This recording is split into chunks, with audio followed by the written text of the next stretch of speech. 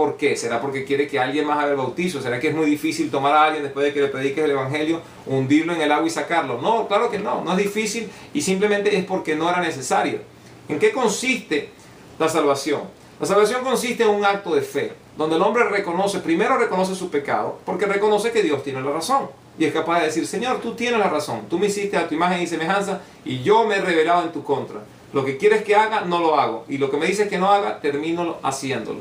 Por ende soy pecador. Esa es la primera condición. El hombre reconoce su pecado. El hombre se arrepiente de su pecado. Dios es justo y lo perdona. Está en el primer libro de Juan, en el primer capítulo, versículo 9. Dios es justo y perdona a todo aquel que se arrepiente. ¿Por qué? Porque Dios ve el corazón de la persona.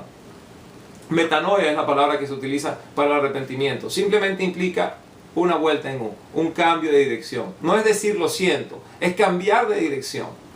El hombre que llega a su casa y maltrató a su mujer, le puede decir lo siento. La mujer tiene que estar muy atenta porque posiblemente regresa al día siguiente otra vez y la vuelve a maltratar. Pero cuando existe un cambio de corazón, la mujer se puede dar cuenta que el hombre que a lo mejor en algún momento lo ofendió y dice lo siento.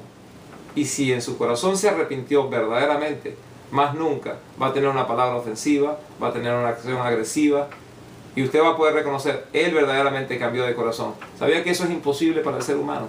Eso no lo puede hacer una persona. Pero todo lo que es imposible para el hombre es posible para Dios.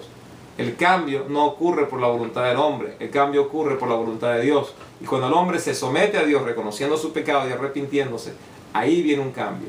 ¿En qué consiste el cambio? En que el Espíritu de Dios puede venir y obrar en el corazón de esa persona. Cuando esa persona hace algo que es lo único que requiere para poder tener una relación con Dios e ir al cielo.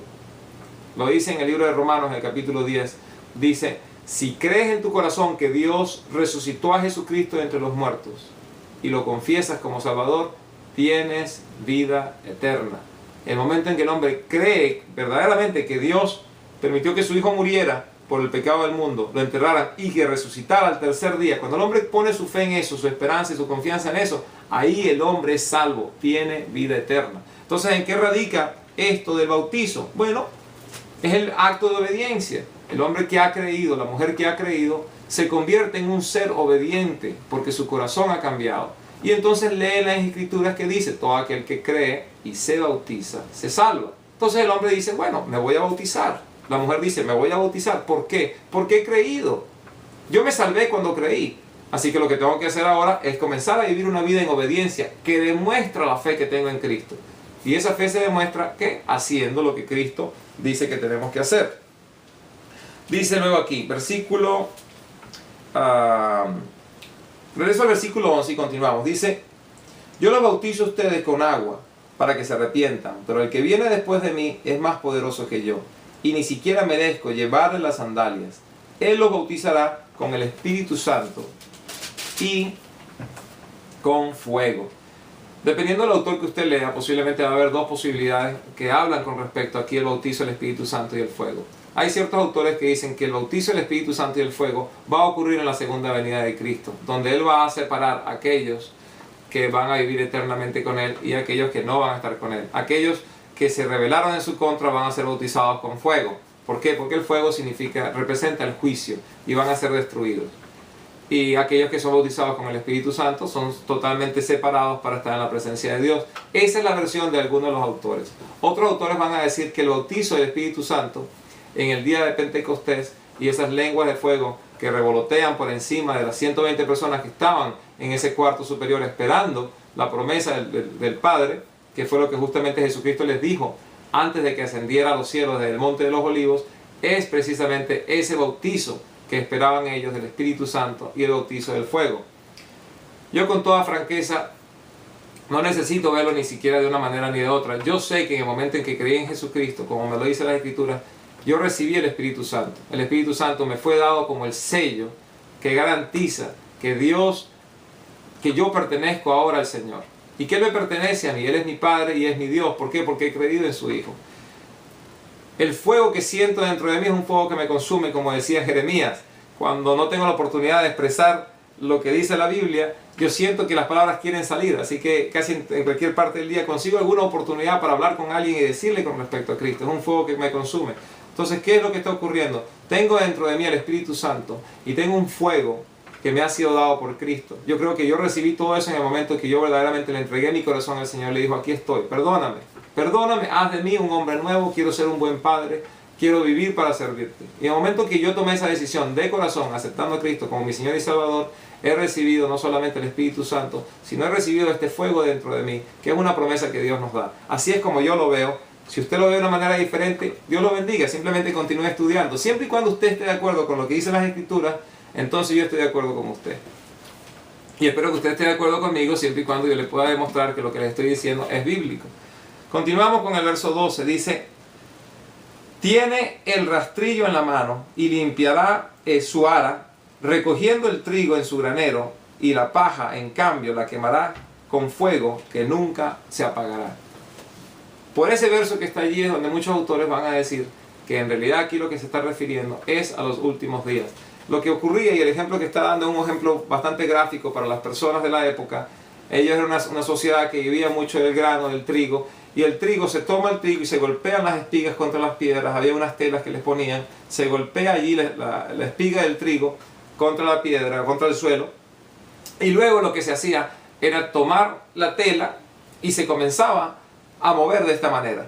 Y cuando se levantaba el trigo, por supuesto, y también la pajilla. Y había un hombre con un abanico y lo iba soplando. Y a medida que él iba soplando, el grano de trigo volvía a caer sobre la tela para que lo volvieran a levantar, pero la pajilla se iba volando. Bueno, todo tiene una utilidad, como le he dicho. El trigo va a ser almacenado en el granero, por supuesto, para el alimento. Pero ¿qué pasa con toda la pajilla? La pajilla es excelente para quemarla, hace falta combustible. Así que tomaban la pajilla y la utilizaban para quemarla y se convertía en combustible. Bueno, precisamente todas nuestras vidas tienen una utilidad. Todo aquel que conoce a Cristo y se entrega a Él va a ser como ese trigo en un granero que se llama el cielo, la vida eterna. Y todo aquel que lo desconoce va a ser como la pajilla arrojada al fuego, y eso se llama el infierno. Así que vamos a continuar. Versículo 13 dice: un día Jesús fue a Galilea, al Jordán, para que Juan lo bautizara, pero Juan trató de disuadirlo. Yo soy el que necesita ser bautizado por ti, y tú vienes a mí, objetó. Dejémoslo así por ahora, pues nos conviene cumplir con todo lo que es justo, contestó Jesús. Y entonces Juan lo bautizó. A diferencia de todo el resto de las personas, cuando Jesús se bautizó, Él no estaba reconociendo su pecado, porque Él no tenía ningún pecado. Pero lo que sí está haciendo es algo que demuestra justicia, es la obediencia de Dios, o la obediencia para con Dios. Cuando Él toma la decisión de bautizarse, simplemente está haciendo lo que Dios había llamado a todo el pueblo de Israel a hacer: bautícense. Y Él también se estaba bautizando. Así que Él se identifica con el resto de los hombres. Y luego va a continuar, aquí vamos, con esto se concluye el capítulo. Tan pronto como Jesús fue bautizado, subió del agua, y en ese momento se abrió el cielo, y Él vio al Espíritu de Dios bajar como una paloma y posarse sobre Él. O sea, Juan ve que una vez que Jesucristo es bautizado y es sacado del agua, desciende del cielo el Espíritu de Dios, o sea, el Espíritu Santo, y se va a posar sobre Jesús en una forma de paloma. No dice que era una paloma, pero dice en forma de paloma. O sea, que lo que Juan distingue es algo que para su vista representa o se parece a una paloma, y se posa sobre él. Y luego dice aquí, versículo 17: y una voz del cielo decía: este es mi Hijo amado, estoy muy complacido por él. Esto aquí en este capítulo es una visión bastante clara, bastante evidente de lo que es la Trinidad. Tenemos a Jesucristo, Dios hecho hombre, siendo bautizado, el segundo miembro de la Trinidad. Tenemos al Padre Todopoderoso desde el cielo hablando y diciendo: este es mi Hijo, en quien yo me he complacido, o estoy muy complacido con él.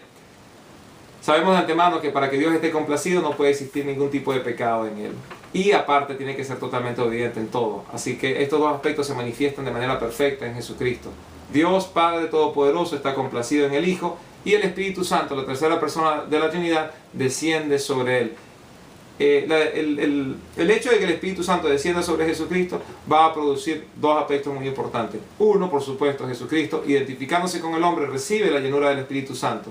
Y ahora de allí el Espíritu Santo, lo vemos en el siguiente capítulo, que lo hablaremos en el siguiente estudio, va a llevarlo, lo va a conducir al desierto. ¿Para qué? Para que sea puesto a prueba. Dos, Juan el Bautista es capaz de reconocer que el Espíritu Santo desciende sobre él. Y una de las señales que le había sido dado a Juan el Bautista antes del comienzo de su ministerio es que cuando él bautizara, había una persona que iba a ser bautizada.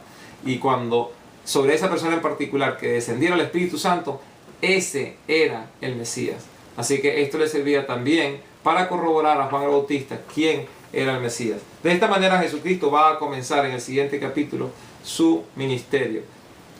Con esto vamos a cerrar el estudio, pero quiero que reconozcan algo muy importante. Inclusive para el Hijo de Dios, para Jesucristo, comenzar su ministerio, hacía falta que llegara ese Espíritu Santo y se posara sobre él, infundiendo sobre él el poder que iba a necesitar para comenzar y continuar y finalizar su ministerio. El Espíritu Santo descendiendo sobre ti y sobre mí es un regalo de Dios. Es algo que dice la palabra de Dios que tú tienes que pedirle al Señor. No sé si tú se lo has pedido. Para poder pedírselo tienes que estar en comunión con Él. Y para estar en comunión con Él tienes que haber recibido el perdón de tus pecados y tienes que haber recibido a Jesucristo como Señor y Salvador. Yo te voy a hacer una invitación en este momento. Y la invitación va a consistir en 1, reconocer tu condición de pecador. 2, pedirle a Dios el perdón. 3, aceptar a Cristo como Salvador. Y 4, pedirle a Dios que te llene del Espíritu Santo. Así que si me quieres acompañar, voy a hacer una oración y en esa oración vas a poder expresar tu corazón al Señor. Y espero que lo hagas para que puedas recibir ese Espíritu Santo, para que puedas entender el resto de las Escrituras, puedas comenzar a vivir una vida que a Dios le trae mucha complacencia. Vamos a orar juntos. Padre Todopoderoso, Señor, yo reconozco que soy pecador, te pido en el nombre de Jesucristo que por favor me perdones de todos mis pecados. Y yo acepto el día de hoy que Jesucristo es mi Señor y es mi Salvador. Yo te pido en su nombre que tú me llenes del Espíritu Santo para vivir una vida que te traiga complacencia y para poder, Señor, estar en este mundo sirviendo como ejemplo para que otras personas también conozcan el amor que tienes por nosotros. Y te pido todo esto en el nombre de mi Señor Jesús. Amén y amén.